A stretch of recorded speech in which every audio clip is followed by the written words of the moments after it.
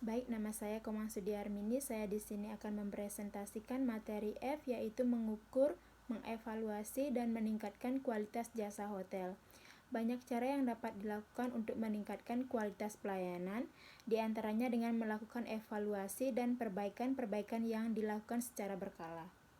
Beberapa cara yang dapat dilakukan untuk meningkatkan kualitas pelayanan adalah sebagai berikut. Yang pertama, mendapatkan umpan balik dari pelanggan.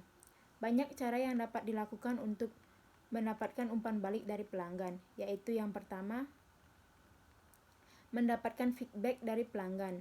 Di antaranya seperti mengadakan survei kepada pelanggan dan follow up kepada pelanggan setelah memberikan pelayanan. Cara ini dapat dilakukan melalui email.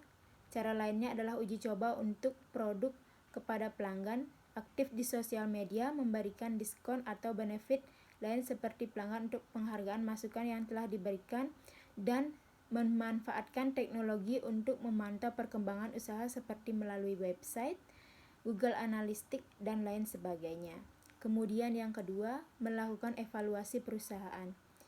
Cara-cara yang dapat dilakukan untuk melakukan evaluasi diantaranya adalah melalui survei dengan cara berfokus pada hal-hal yang paling penting untuk diketahui. Survei dapat dilakukan untuk mengetahui rasa empati atau kepedulian kepada pelanggan, mengukur tingkat kemampuan suatu perusahaan terkait kehandalan dan cepat tanggap, serta mengetahui pelanggan dan kualitas produk berdasarkan pengalaman konsumen secara langsung seperti fungsi produk, tingkat kebersihan, penampilan karyawan, dan lain sebagainya. Kemudian yang ketiga, memberikan pelayanan perusahaan. Memperbaiki kualitas pelayanan dapat dilakukan dengan cara memberikan standar pelayanan perusahaan yang jelas kepada karyawan, melatih karyawan agar menjadi seorang yang bertanggung jawab, cepat tanggap, dan memiliki etos kerja yang tinggi. Jika memungkinkan, dapat dengan memberikan bonus kepada karyawan yang berprestasi. Selain itu, memberikan kemudahan kepada pelanggan dalam menyampaikan masukan adalah hal yang perlu untuk dilakukan. Kemudian, menurut Parasuraman dan kawan-kawan 1998, untuk mengevaluasi kualitas jasa pelanggan umumnya menggunakan 5 dimensi sebagai berikut. Yang pertama, tangibles atau bukti langsung. Tangibles merupakan bukti nyata dari kepedulian dan perhatian yang diberikan oleh penyedia jasa kepada konsumen.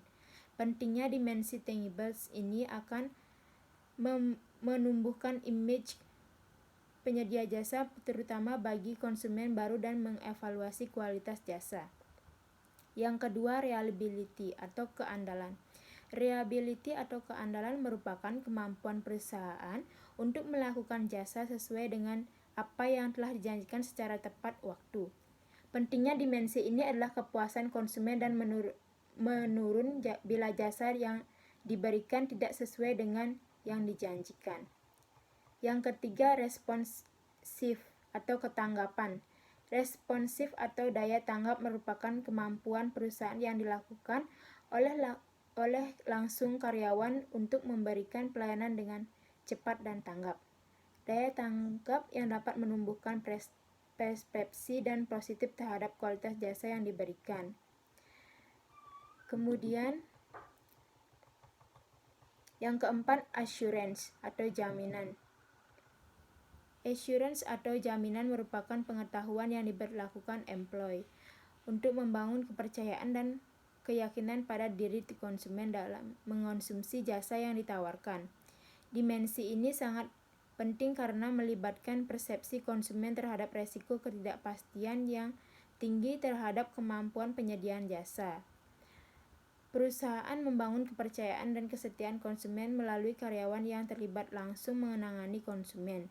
Jadi komponen yang dari dimensi ini terdiri dari kompetensi karyawannya, meliputi keterampilan, pengetahuan yang dimiliki karyawan untuk melakukan pelayanan, dan kredibilitas perusahaan yang meliputi hal-hal yang berhubungan dengan kepercayaan konsumen kepada perusahaan seperti reputasi perusahaan dan prestasi lain-lainnya.